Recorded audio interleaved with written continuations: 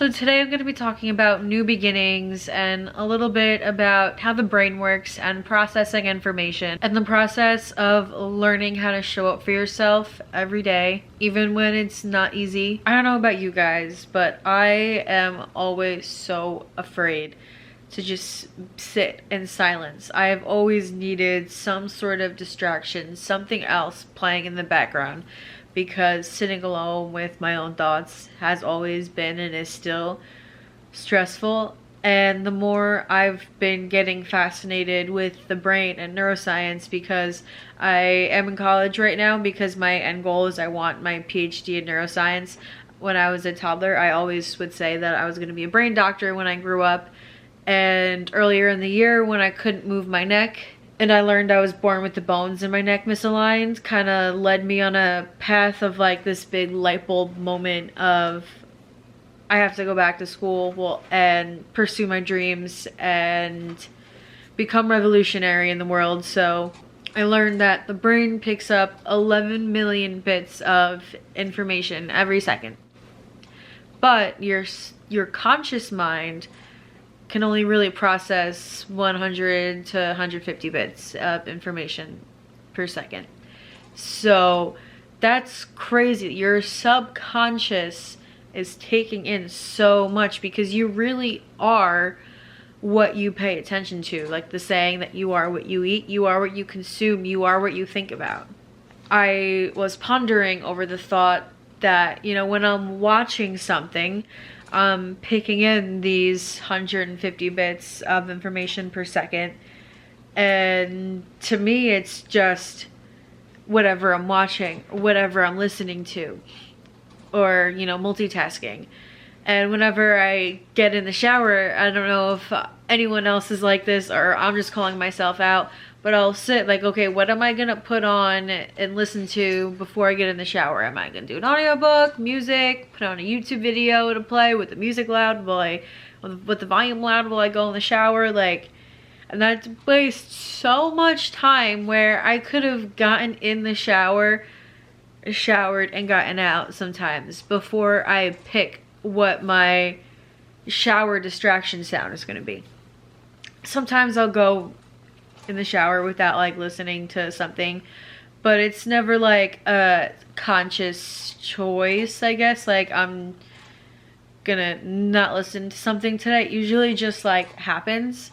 But today after I got back from Hot Works, I was working out in the sauna and had to get home and shower right away. And that's something I love about working out in a sauna, is that it really forces you to, you know, shower after and be clean, and that just makes you feel so much better about yourself in so many other ways that just like ricochets. And especially just being in the sauna and sweating and working out, it just does so much for your mind and body. So I'm gonna get in the shower, and it's my first time there in a month and a half because I had broken my foot, my toe, my ankle, just messed up all around. I decided I'm not gonna play anything. I just put the phone down. I'm going to get in the shower and just have it be silent. Whatever thoughts come to my mind, because I'm still going to be processing something, whether I'm processing something or consuming something.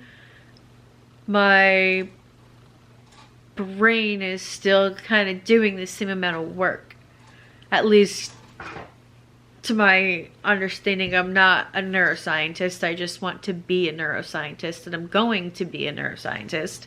Plan as of the moment is I want to be a psychiatrist with a PhD in neuroscience, so I can treat and study the brain at the same time. So it's gonna be a long road, but it's gonna be an exciting road. It felt nice and peaceful because I know I need to meditate more and sit in silence and just be without having any distractions.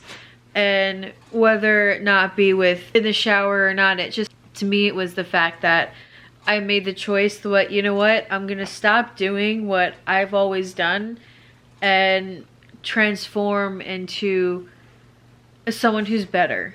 I'm not saying I'm never gonna listen to music while I'm showering ever again, or I'm never gonna have like a podcast in the background ever again, but learning to be comfortable with just being alone with my thoughts and being in silence and not having distractions all around. And to feel safe in that aspect is the point of what I'm saying. And realizing and like trusting in myself that being afraid of silence doesn't make you weak. Because for me, it's just the realization it's that my mind trying to show me things that I've been too busy to hear, or trying to avoid and shut down and hide and bury with distractions. And I feel like I haven't been hiding from myself in a complete way. I feel like I've definitely been very open and growing a lot, but I feel like I'm finally kicking the bucket on those last few things that I've been holding on to, trying really hard to not have to let go of, but finally just releasing and letting go of it to finally step into this new version that's going to take me further than where I was before. Another thing too is that I beat myself up a lot for never feeling like I've done enough and I'm good enough, and I'm trying to break that habit. Like today I went back to school and PT and worked out, and I started playing Just Dance again. This is the worst score I think I've ever gotten in Just Dance. So I guess I'm gonna be doing Thrift Shop on repeat until I get Megastar, because I cannot be bested by Thrift Shop. I can't have my worst score ever be Thrift Shop. And I got so much off my to-do list that I've been on for so long, and to have to over and over again tell my brain to stop beating myself up for the things that I didn't do. So this quote that really resonated with me today was, if today taught you anything, even something tiny, that's growth, because growth isn't dramatic. Most of the time it feels like nothing until you look back, because today feels like the day that I'm finally looking back and seeing how far I've come and realizing, you know what? Yeah, I do got this. When I injured my foot on October 25th, I kept saying, this isn't gonna be a blessing in disguise unless I choose to make it a blessing in disguise. I can be like, well, I injured my foot, I can't walk, I can't drive, life sucks, I'm gonna make the worst of it, I'm gonna mope and blah blah blah.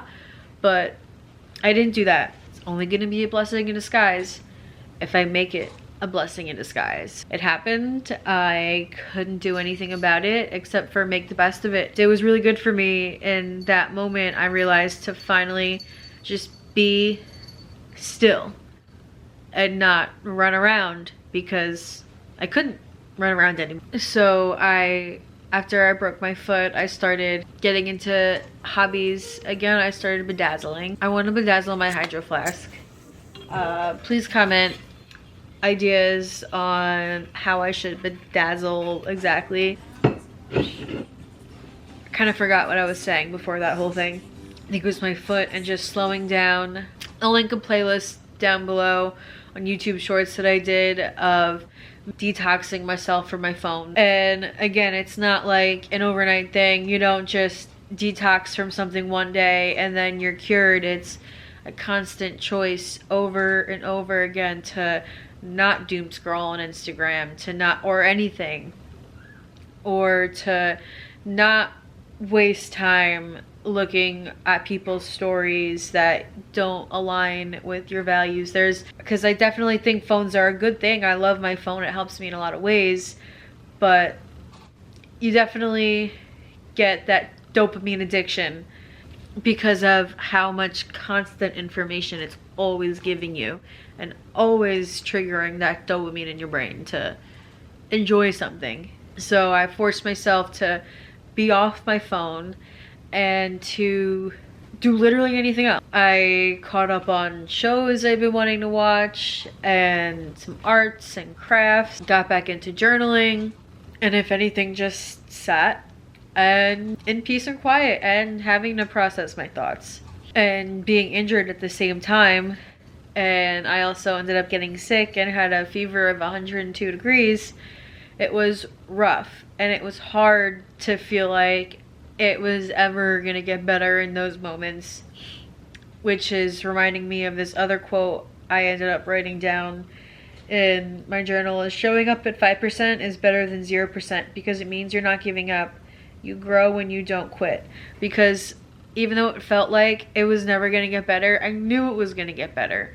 So showing up just a little bit in those hardest moments and doing something and telling myself, you know what, I'm proud of you for showing up for yourself today, even if it wasn't a lot. And again, it's not something you're going to say one day and then never going to have to say it again. It's an everyday, multiple times a day thing, but it's worth it.